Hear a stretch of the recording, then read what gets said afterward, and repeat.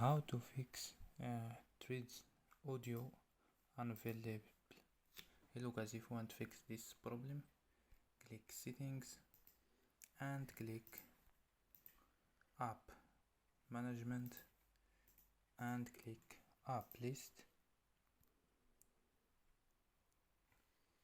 and search thread. Click threads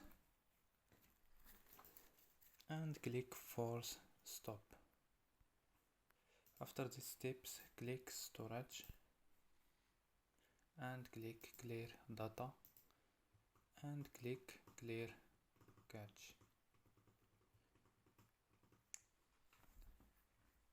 and after restart your phone here. So don't forget like and subscribe. Bye.